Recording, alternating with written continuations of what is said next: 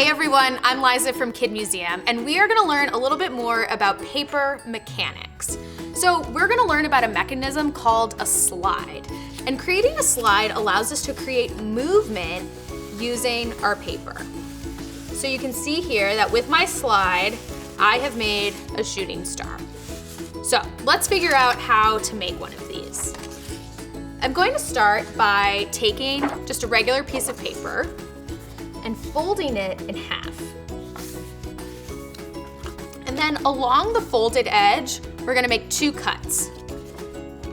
And these cuts can be pretty small, maybe 1/2 inch to 1 inch on one end, and then over on the other.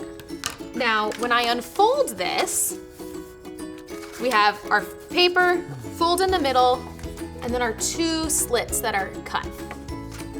Now, I need to cut another piece of paper, and when we cut a strip of this paper, it's just really important that it is narrower than the length of these slits, because we want to be able to slide this piece of paper into those slits cut in this piece of paper. So with the fold pointing out, you're going to tuck the strip of paper up through this hole, over, and then down into the next slit. So I now have my slide going right along through here.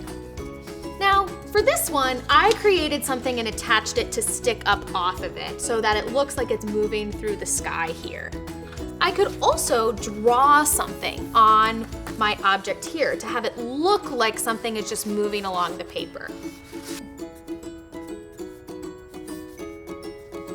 Okay, not the best skateboard you've ever seen, but she has a ponytail. So using the slide, I can make it look like she is riding along the paper on her skateboard. Now, this can be something to use with paper construction, cardboard construction, if we're making cards or books or something like that. It's also a really cool tool if we're trying to do any sort of animation project. So, what do you think you could make using our slide?